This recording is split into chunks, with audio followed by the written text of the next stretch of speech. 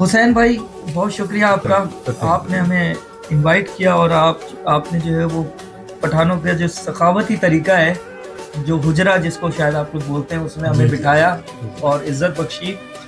और सबसे बड़ी बात कि अगर 41 टाइप्स ऑफ पिंस जो बैजेस में कलेक्ट करने जाऊं ना, तो मुझे 1 महीने से ऊपर का टाइम चाहिए, लेकिन आपने एक ही दस्तरख्वान पे मुझे 41 टाइप्स ऑफ चपली कबाब दिखा दिए। मजा आ गया। बहुत शुक्रिया, आपने इतनी कीमती वक्त में टाइम निकाल के हमारे पास आए। रिजवान भाई, उबैद भाई, आप सब, आपका बहुत बहुत शुक्रिया। आप वेलकम सर। आप कभी भी इस हुजरे में, ये आपका हुजरा, आप कभी भी आ सकते। Thank you. एक बात कहना चाहूंगा, उमैर भाई ने आज हिरन का और मैंने भी खाया है।